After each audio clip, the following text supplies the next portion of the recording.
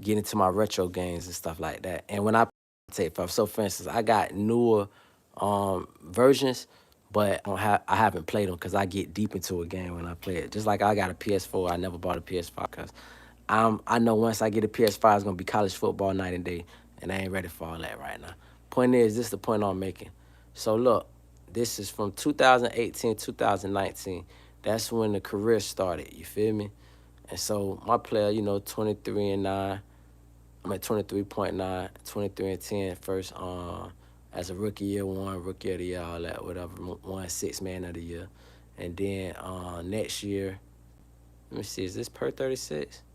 Next year averaged 13. Damn, that was a bad year for me. But I think I won defensive player of the year that year though. So then 17.9. And from there it was just like MVPs and shit like that. Philly was real good because mind you, this is an older version, so it still had Ben Simmons. That's what I like about retro games too. Like when you get that old roster and shit. So Ben Simmons, this nigga was balling his ass off. Markel Fultz was going bananas. It fucked up Joel Embiid's career. He really didn't become what he became in real life. You feel me? But that nigga was good coming off the bench. Got a lot of championships with the boys. So I stayed with the longest until the fucking league had done changed on me. You feel me? Like we turned it into a big man league. We were crushing motherfuckers in the paint, and then just out of nowhere, them motherfuckers just they tried to match us. They couldn't match us. So then they started drafting like small shit. You feel me? And motherfuckers was really maneuvering. So it really taught me out of all the years how to play with the smaller point guards and shit. Cause in real life, I mean I can't play basketball for shit in real fucking life. I can play defense and shit, but my dribble sucks. But I critique a motherfucker because I always been around it. My brother played it. He got state championships and shit. He a coach right now. So like I can critique it, but I'm honest. I don't try to act like I'm some nigga that can play. You feel me? I had games in life where I balled the fuck out, where I still think about, it, but bitch, I never was good. But anyway, point is though, so with that said, the league switched up, went small ball, cause we had done turned the league from small ball to like dominating shit. They switched up, went back, tried to copy, didn't work. They went small ball with us, and then when they went small ball, fucking I think my numbers went down, and the team was just too fucking slow. We couldn't compete with nobody because we were just too slow. So then I was like, fuck it, let me go ahead and do a trade. Now, mind you, this started in 2018, so he's 17 years in. So then I say, fuck it, let me go back to Charlotte, cause Michael Bridges or whatever, that bitch was like balling or whatever. Not Michael Bridges, but the other Bridges or whatever. He was doing this thing, and then they had a dude named West Paul and somebody else. So I said, okay. And then I had won a championship with them boys because I had got drafted by them, but I had left. So I said, okay. I stayed up, won a couple championships. Then them niggas just for some inexplicit reason, they start keeping niggas with bad contracts. Like they was giving them more money because I couldn't control the GM part. So they was giving them more money and stuff. So I'm like, fuck. And so the team, and these niggas couldn't shoot. That's the problem. Like these niggas just, I can't even do nothing in the paint because these niggas can't shoot. That's why the numbers was so high where he was scoring. You notice how he was, look, my numbers was down because I was deferring to people like LeBron and shit. You feel me? And playing defense, doing my role. But when my role had to go up, nigga, my scoring went up, but the losses went up. So those was like losing years, even though a couple championships came in that shit. So then nigga went to Philly, like, okay, let me make this shit easy again. Then we go back to fucking Philly. Them niggas had them drafted some better pieces and play this big man ball again. That shit worked out. Then it got a little stagnant. I could sense it. I said, let me go to LA, try LA one more time with Brandon Ingram. Mind you, this was the LA that hypothetically, because it started in 2018, mind you, this year 2032. What's up, Josiah? What's good? I'm telling this hypotheticals. I'm finna show y'all a prediction. I'm gonna cut to the prediction part real quick. So in the year 2033, 2034, on this game, matter of fact, I'm gonna just go to it right now. Let me go to the Knicks. Let me show y'all who, well, fuck it, y'all left. So I'm gonna just stay to my point real quick and then get back to that. So, boom. Then I came to Miami. And that was the best thing for my player career because them niggas defense just automatically matched my player defense. So shit was looking right or whatever. And mind you, he in his 17th year. I ain't gonna get close to the scoring record or whatever because fucking LeBron, his real life shit is just gonna be hard to fuck to beat on a game. It make you appreciate what the fuck he did in real life because nigga, I done did a lot of scoring. And mind you, no 3-pointers. Let me see how much my player made in his career. This nigga made 135 threes in 17 years, you feel me? So no 3-pointers. That's just in the paint shit, you feel me? And with that said, nigga at 29,000 points, 17 years in. I think I can make it probably to 33, but the older this nigga get, the harder it is to score. You can't get past nobody. You gotta try to back everybody down and shit like that. And then dish that bitch out and try to get it back after you dish it out and shit. Point is, so that went up to 2034, 34, 35. Now look who playing for the Knicks. This is who 2K predicted. 2K be so fucking right about shit. Hold on, let me back out of this. Let's go to the Knicks.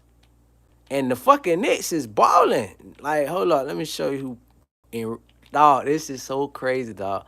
Like, hold on. What's the Knicks at?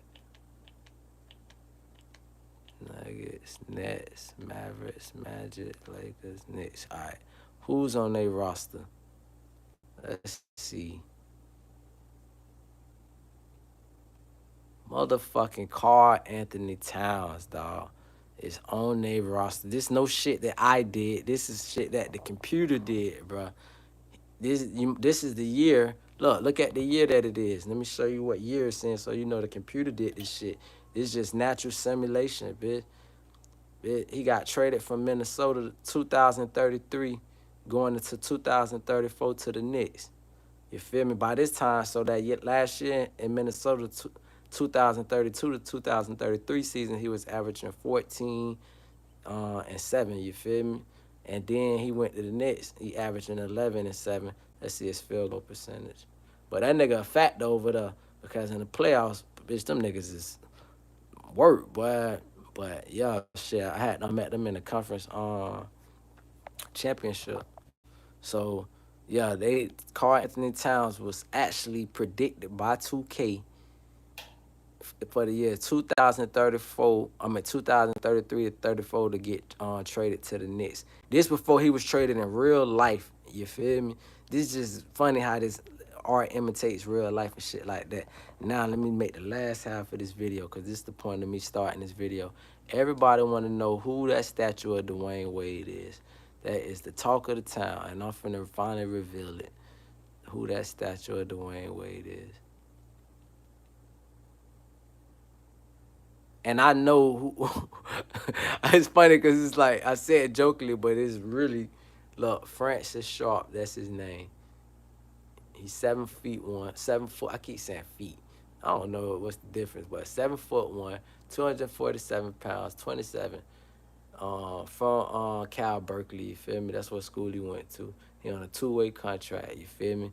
And so that's who he is. And don't he look? Just look. Tell me that don't look like him. Tell me. I didn't create him. The computer generated him. Like I said, these NBA 2K algorithms is nothing but the truth and predicting shit. Sometimes they go left and have players just impossible. Like I remember on one of them shits, I don't remember what year that was. Maybe it was like 2K14 or something. But Brandon Jennings was impossible to get past. You could not get past this nigga. Like if you played against Milwaukee Bucks, you couldn't look.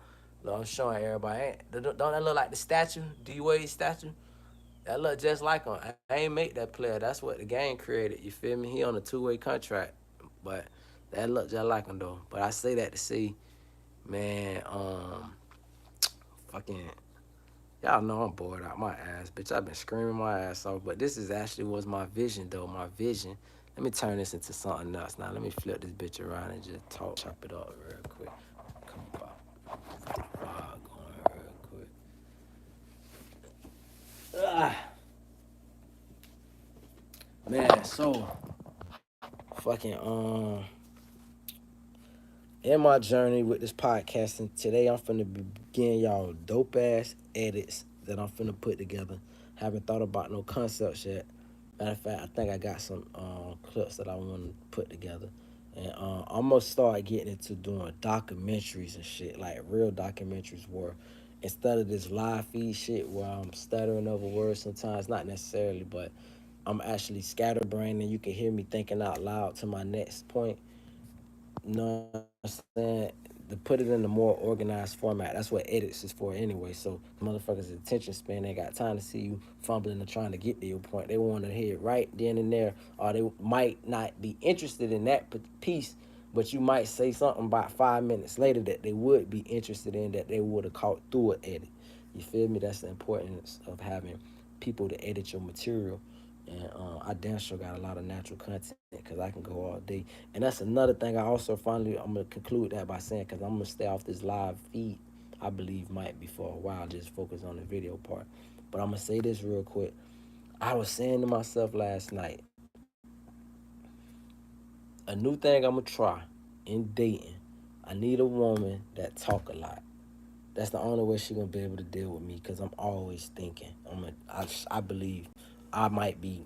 Nah, I sound like what's the name if I said so. I'm not gonna say it. But but I'm always thinking my brain. You feel me? So freaking with that said, having my brain always populating thoughts and shit. I need a woman who mind always doing the same, always active, we always engaging, and that we can always converse. Like she never gonna be like this nigga talking my head off. I'm never gonna be like, oh she clingy and talking my head. Bitch, we just gonna talk each other fucking head off. I think now I finally understand why me and my baby mama was able to last as long as we did, because we both had that in common. And most of my relationships, which was pretty good, was with. I ain't gonna say all of them was talkative though, but I'm gonna try that out. That's why I said that's gonna be new for me to actually seek that out, and I think that'll be super dope. Cause then I'm gonna make content. I'm basically was looking for content partners, and I'm gonna be meeting women I want to do content with. Like I had a woman here not too long ago, and I was more so um, considering. Nah, I don't want to just use the word consider. I was careful of guarding her feelings and her emotional being, meaning that she had so much great content to put out there that if I was like a person that was always of the mindset that I want to really dabble into on this podcasting, because I can ask great questions just as well as I can talk. I know how to shut the fuck up and listen when I'm conversing, so I can ask great questions. I could have asked them same off camera conversations we had. We could have had on camera for content, and it would have racked up a whole bunch of numbers. And um, or possibly ain't gonna say nothing would have did nothing. It's all God's plan. But with that said, though, it could have racked up probably possibly some numbers, but at what expense?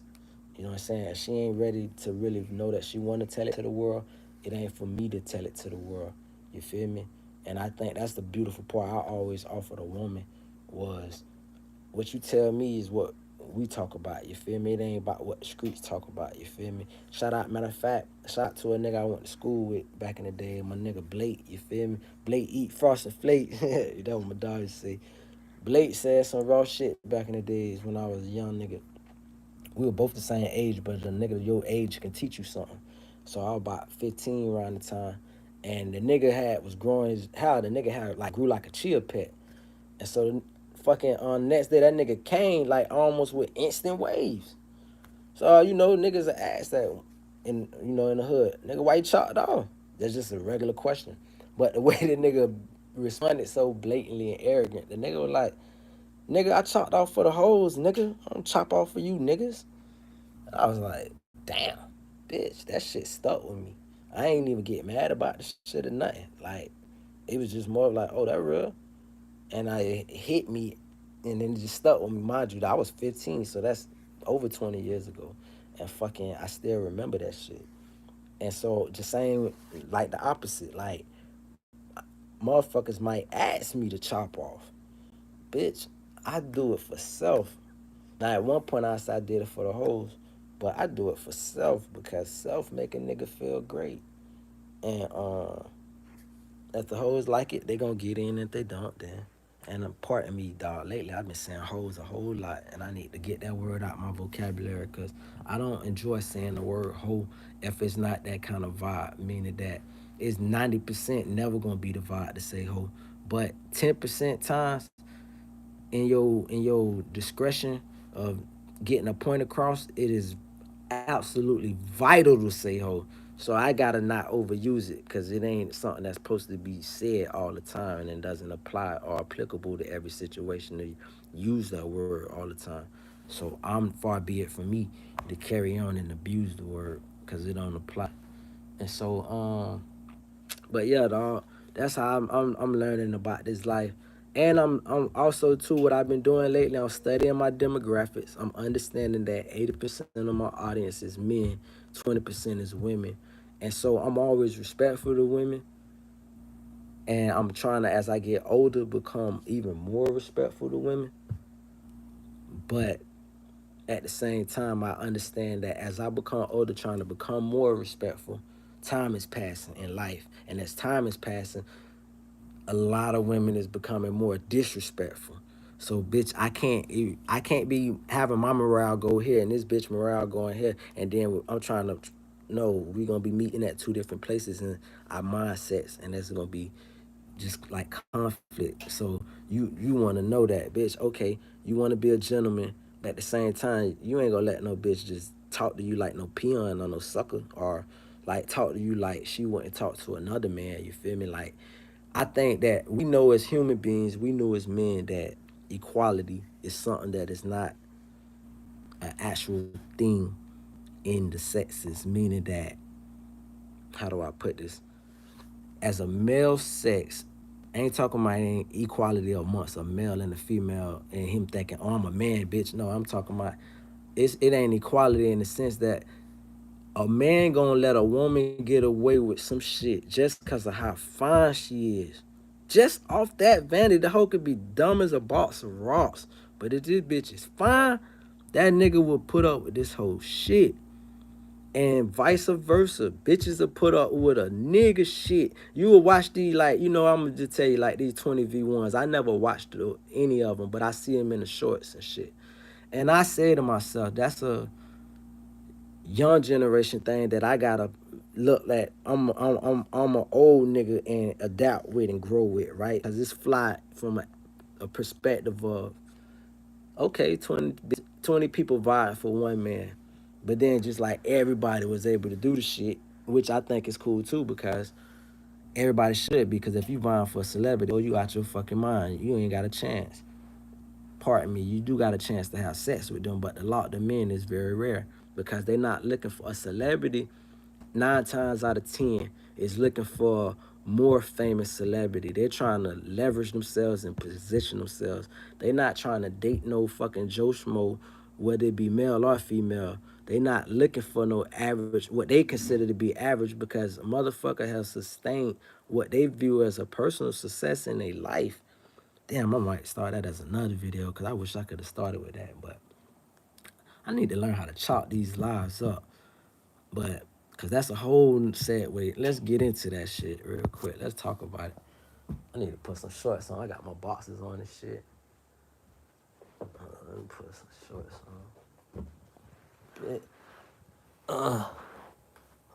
See what.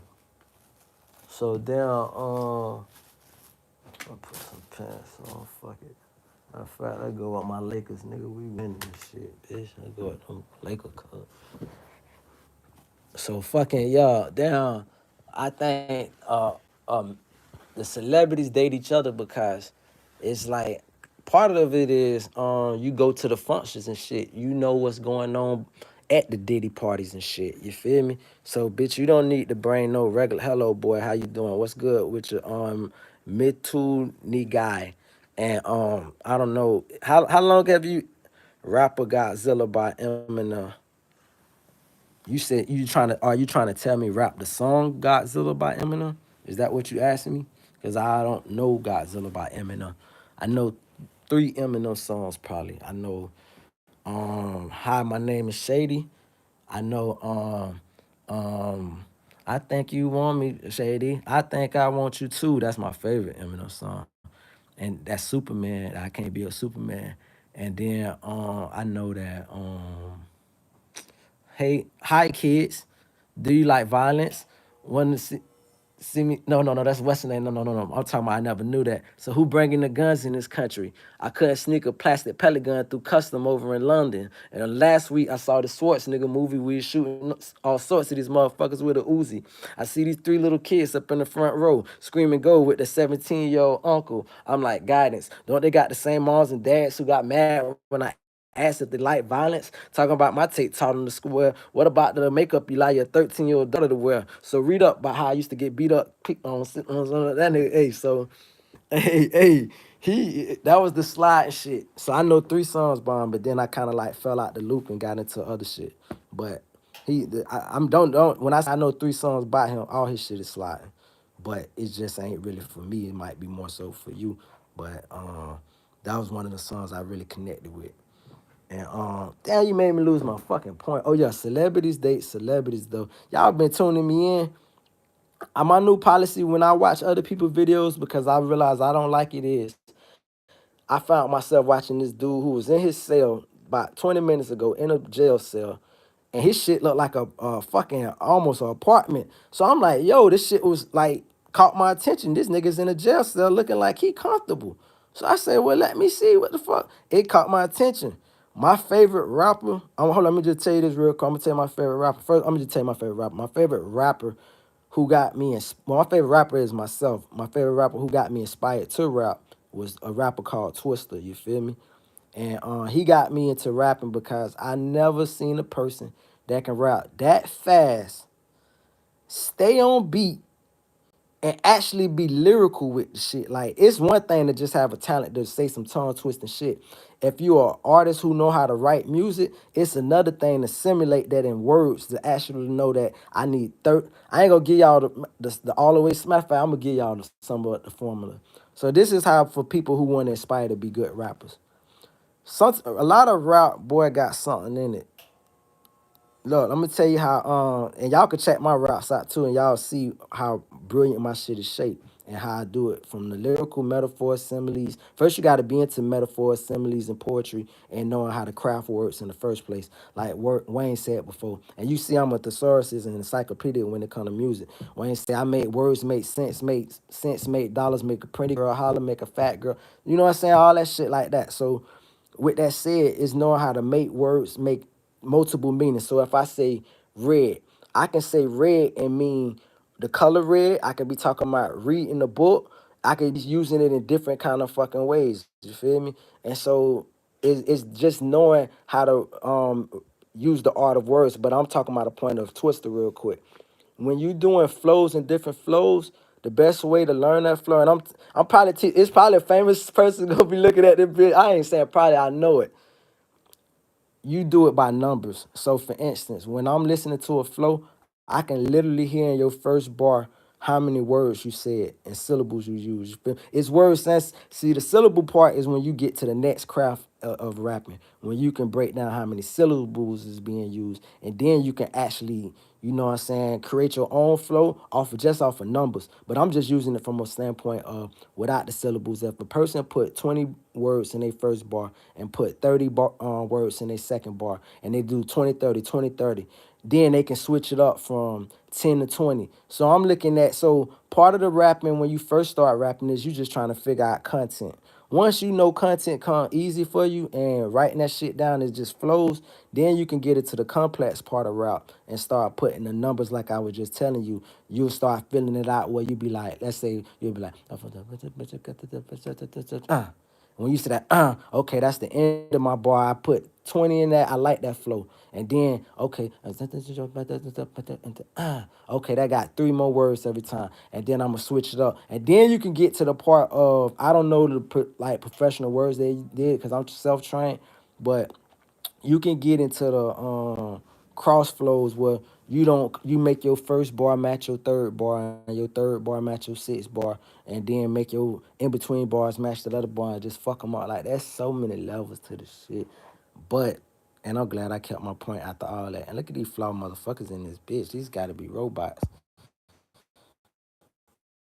But I love it though. Keep that shit going. Hey, what I was saying, damn. Oh yeah, the celebrities.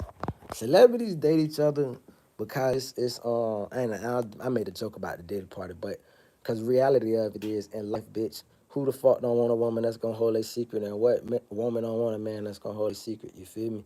Like I could tell you stories all day about women, but I never say, oh, such and such, this woman named such and such told me such and such. Bitch, not only is that messy and something that a man don't do, but that just period though. If a woman is fucking with you for real, cause women be guarding themselves like a bitch. Like when I say guarding themselves, they guard themselves. They would sit there and let you talk your head off, the smart ones. And then the ones who not smart, they just tell you you probably talking too much. And they still won't reveal nothing about themselves, and you'll be trying to tell her, hey, I'm only talking because you ain't saying nothing. So it's the right climate. When the right climate hits, then she'll reveal all things. You feel me? And it's up to you not to judge her in that very moment, and not to also. And I ain't gonna never say not to throw it up in her face. Even though the average person say if a person tell you something, don't throw it up in their face.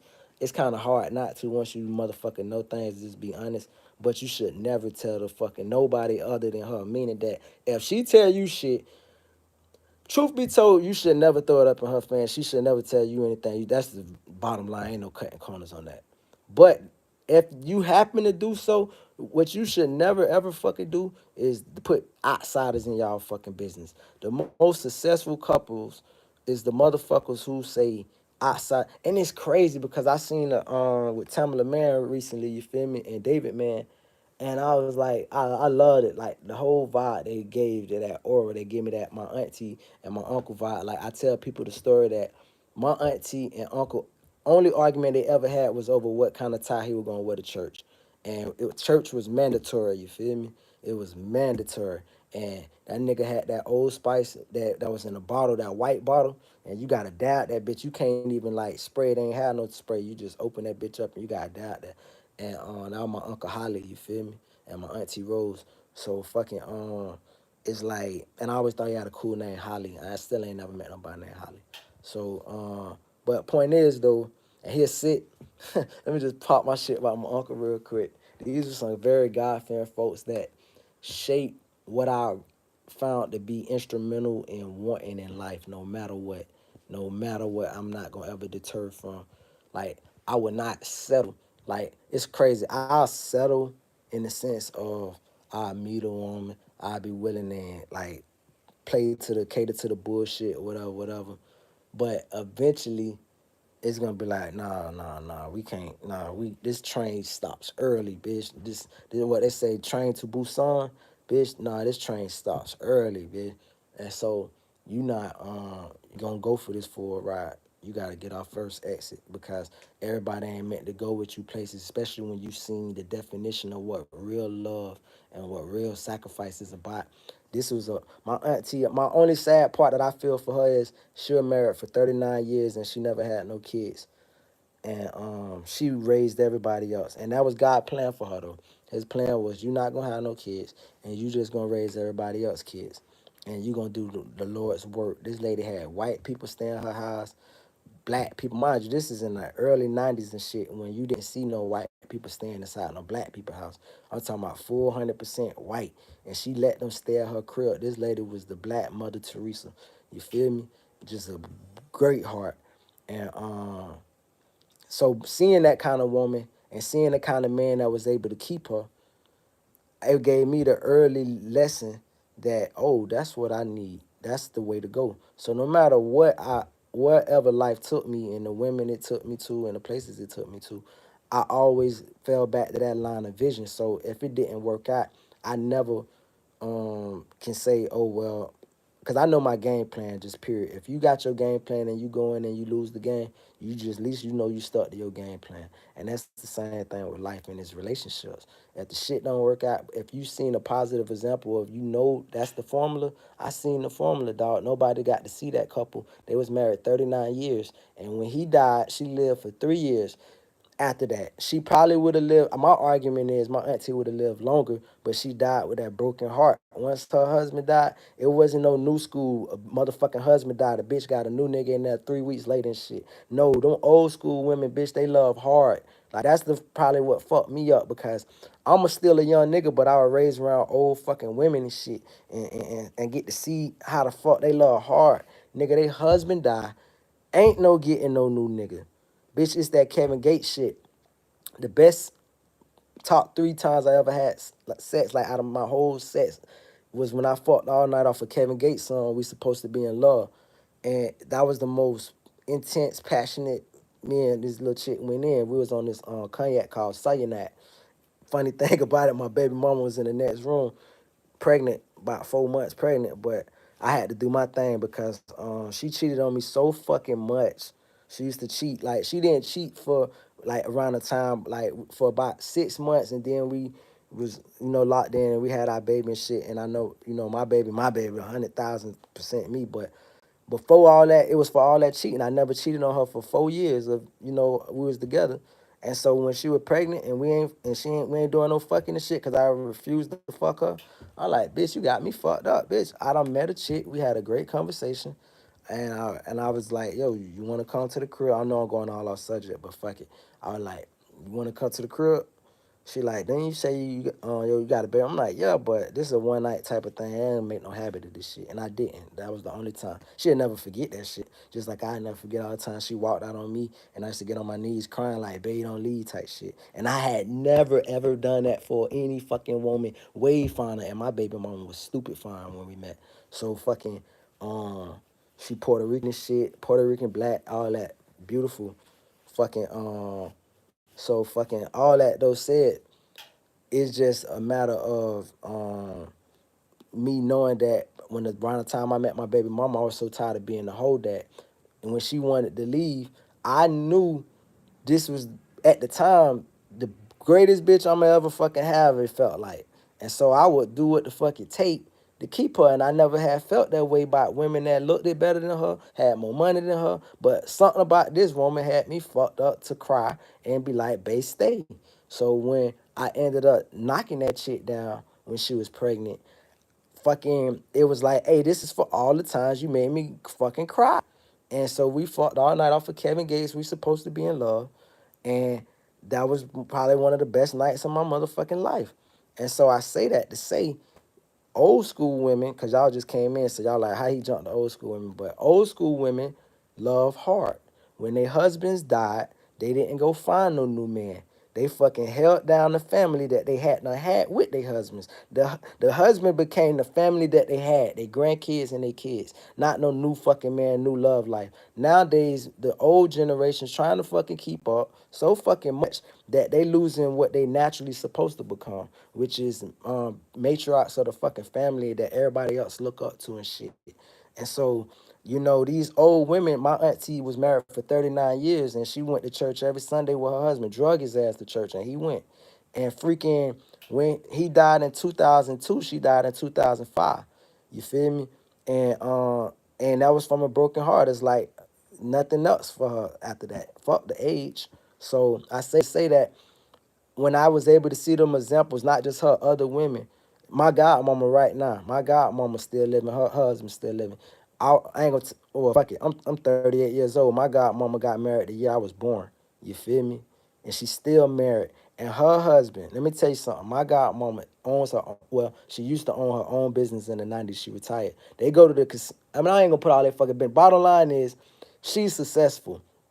And the way she love this fucking man, I make sure I tell him all the time. I tell him, I say, bro, you the last of the greats because ain't no nigga, you not gonna find a woman with more money than you who treats you like a fucking king for 38 years straight. And she ain't never had no kids by this man. You feel me? Done been rocking with this nigga, no kids, 38 fucking years. And she probably wouldn't prefer it to be any other way because it would take from the love she give him. It's just the made me say to myself, goddamn, bitch, why the fuck will I settle when it's a nigga got, I ain't gonna find nothing never like that, but bitch, why I'm gonna just be selling and trying to appease a motherfucker when there's women out there that's successful and still want the love. And then they got me and I finished up like this. I thought it made me think, I've been just going back through my mind ever since I done got my house about my life before my house. And I was thinking about this lady I used to work for. She at an Airbnb. I used to clean it, and so she used to pay me or whatever. She was a air stewardess, whatever, stewardess for an airplane company. So she had guap. And she made I think she was flirting with me one day. I'm cleaning her patio off in the back part. Asked me what I thought about this dress. She's like, "What you think about this dress?" I'm just intimidated. Shit, I thought about this literally last night. That's the only reason I'm bringing it up. I so regret not trying to just go ahead and. She wanted me to just smash, and I wasn't reading the signs. I'm thinking, no, ain't no way in hell I could get a woman like that. I'm cleaning up for this lady, scrubbing her floors and shit. Ain't no way she probably liked me like this nigga can clean his ass off. Cause I keep my house like a Muslim. I tell people that. So fucking it's like damn, I passed the opportunity because I was riding to school at the time. And then when I got my BMW, that's when I came back around because I felt like I was able to step to her. And that's when she told me to step. And I'm gonna leave y'all with that. She told me to step. And I was like, fuck, I missed the opportunity. It was right in my fucking face, not believing in myself and shit. But that's how life goes. You gotta believe in yourself. Don't settle for nothing. Yeah.